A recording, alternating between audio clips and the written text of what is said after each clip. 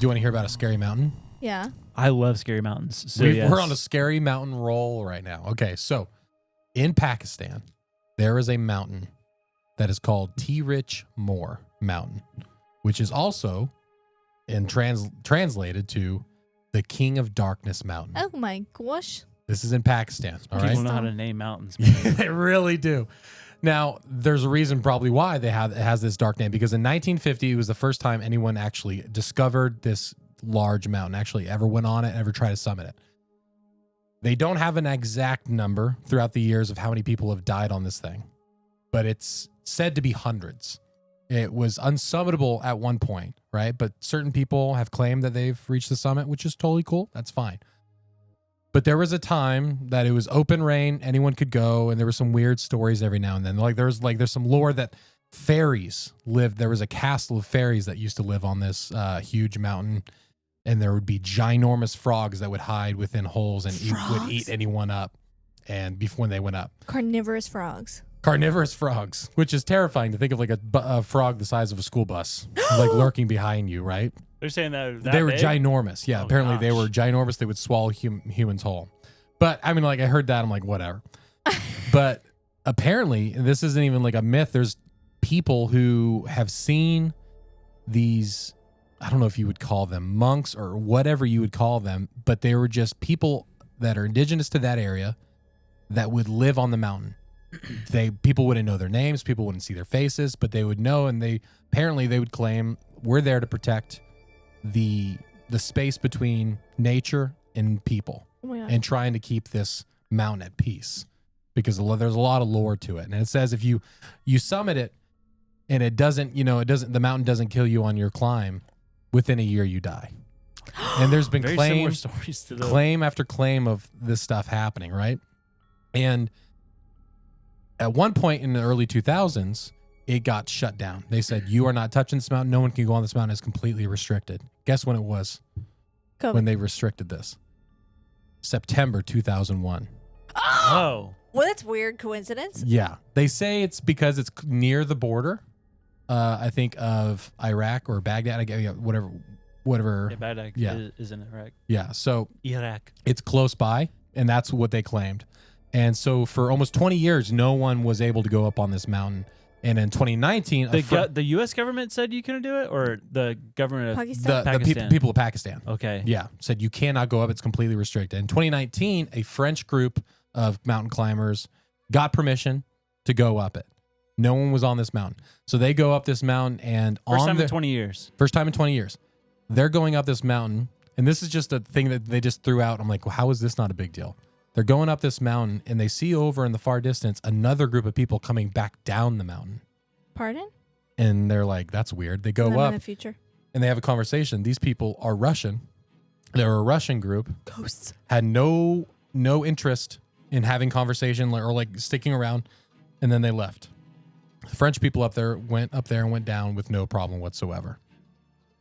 And still to this day, it's very restricted. People aren't allowed on it. But one story that I found very, very very interesting was, I believe it was in it was in the 60s. This man named Peter from Austria and his two friends, they decide, we're busy at school. We're going to take a break and we're going to go mountain climbing. We love mountain climbing. We're going to go to Terich Mir, right? They get there and they start climbing, and then they make a base camp to reach the summit. They sit down at the base camp, and they sit down and they look at all their supplies, all their food and everything like that. And they realize they don't have enough for 3 people. So they decided we're going to send 2 people up. One person's going to stay at base camp. No way. Right? How they decide to do this is doing a poker game. So they have a poker game. It's pretty intense. And Peter, the one who organized the trip, loses. His 2 friends then that morning leave to go summit the rest of Terich, the King of Darkness Mountain, and they die.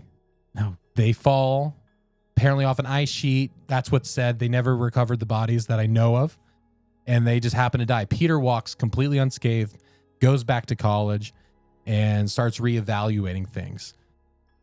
A couple years later, this guy starts working at a company called Nestle. Shut up. His name is Peter who is now I'm not the CEO of the World Economic Forum. The same man who went on top of this mountain, had two of his best friends perish, went on from there to start working at Nestle, and since then has been working for Nestle until recently. And he was appointed by Klaus. Yes, to Klaus become Schwab. the new chairman of the World He's Economic literally Forum. demon possessed. I mean, it's kind of crazy. This is the same guy who said that water is not a human right. Yeah. He was, people said he was misquoted, but I'm like, that's literally what you said, though. It's not a human right. And when he started working for Nestle in 1970, it gets kind of crazy because he became the marketing director, and he went to Chile for Nestle and Chile and Nestle. And so he was there and he was running it. But you look at all the things that they did in that time within South America and in Africa. They started pumping instant formula like crazy, right? And it got to the point where they said, listen, we're going to start giving it to you for free. We're going to give it to you very low, because they knew they couldn't afford it. It was a low middle income country. And so they started giving them all this instant formula. And with breast milk, if you don't use it, you lose it, right? Yeah. And so they start having all these babies that are dependent on this formula. Oh, man. And then they start using the water that's available to them in their village, which is poison which water. is dirty, poisonous water. And it says on the label, if you use this water, it will kill your baby. Guess what? 10 million babies. Holy shit. At the hands of Nestle because of this instant formula. 10 million? Peaking over, like, on average, it was $200,000 200,000 infant lives being lost on average. And he was there. And the thing is, which was really crazy, Nestle had a huge part in it, because they would send their saleswomen to the hospitals in these countries dressed as nurses. I saw that. Yeah. Dressed as nurses. To educate on formula. Saying that the doctors are preferring this, which was not true at all. What? Yes. Is that not like a Geneva? Dude, they've had to pay millions upon millions and millions of dollars. Not only for that, they were supplying chocolate and treats and all this stuff during World War II to the Nazis. They were using people in concentration camps for workers, not paying them, not feeding them, not anything. And so when you look at this, it's just such a dark history. So now he's the chairman of the World Economic Forum. And now he's the chairman of the World Economic Forum. I will never look at the Nesquik bunny the same again. So the story is that two of his friends fell on an ice sheet after playing poker. These people had the capability of logistically planning a trip across the world and ascending a mountain. Or is it that every time we talk about satanic dark stuff, there's always an exchange of sacrificing what you love most? And did he make a trip with his best friends and leave them behind? And become one of the richest, most powerful men in the world. Okay, well, you never That was a lot. You never It's a lot. I know. I was stuck on the mountain thing. Yeah. And then you said that, and I'm just like... Well, I was just looking it up because the mountain had nothing to do with it.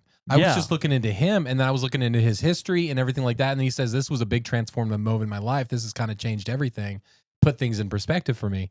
And you can't find, it gives you the name of his friend. You can't find anything on his friends, anything at all. And it was just kind of like a weird thing, but just connection after connection. That's so weird. And it's weird that it was such a spooky mountain.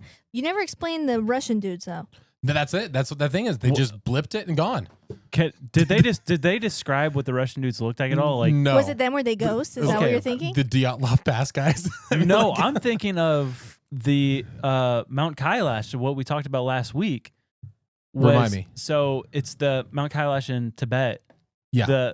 So they were there's a group of mountaineers that went up the mountain. Oh, that's and right. Yes. Disappeared. Yeah. And then Siberian mountaineers. So I don't know the nationality of the group that went before them, but Russia was heavily invested in Mount Kailash, studying it and all the anomalies that are about it. What if there's like a weird time slippage portal? Yeah, like like the TV show, something like that. Mountain Dude, connection. And it's weird, right? Because when I saw it, they stopped it on, they restricted the mountain at September 11th, 2001. And the Mount Kailash is restricted from. You can't climb that either. Yeah, but you think about the Gilgamesh stuff that happened during the Iraq War. I mean, all this stuff, man. It's just such the Stargate stuff. Yeah, it's super strange. You just open up a box I'm telling you, I found the mountain by accident. But you look at the picture of the mountain, it's massive, dude. It's so crazy. That's a wild story. How spooky is that? Yeah, the World Economic Forum is spooky enough, Is but that the the same- connection now makes it way more spooky. Is that the same group that, do you remember look right at when how COVID massive. hit, they did that weird like satanic It's performance? just so huge out of nowhere. Who did I that? don't know. That was like for some tunnel, but I think the World Economic Forum was involved in that somehow. Oh, okay. But you looked into Klaus Schwab a little bit today and how his father was a Nazi. Yeah, they're like crazy big. Like they were working for the actual. They moved in the middle of the World War II to help out the Third Reich. Oh my gosh. Yeah, Klaus Schwab, and he's been there. Who is like the most powerful person on he planet founded Earth. the World Economic Forum. Just stepped down. He just stepped down on the day that the Pope passes away, and now this guy, Peter, is in charge. Peter the Pope. Peter the Roman. They just assumed on the same day. What if it's not the Vatican? What if it's the Vatican? What if the step above the Vatican is the World Economic Forum? Oh my gosh! Are you guys joking? This is real. That is crazy. It's a weird coincidence. That's weird. Yeah. That's super my gosh! strange. Wow, weird. Yeah. Did we just talk about that on the live, the Peter thing? Yeah. Yeah. Okay, so watch the live. But there's the prophecy of the popes leads to us to believe that the next pope is going to be named Peter. Peter the Roman. Yeah. Yeah. And then and he will be the last pope. Yeah. Before Judgment Day. Jesus, come back. Please. Well, probably is. Be cool. That's wild. It's fun, right? That's crazy. It just kept crazy. taking me down farther and farther. Man. I love mountain stories. Ninjas are butterflies. Did I say ninja? I meant The butterfly is no doubt one of God's most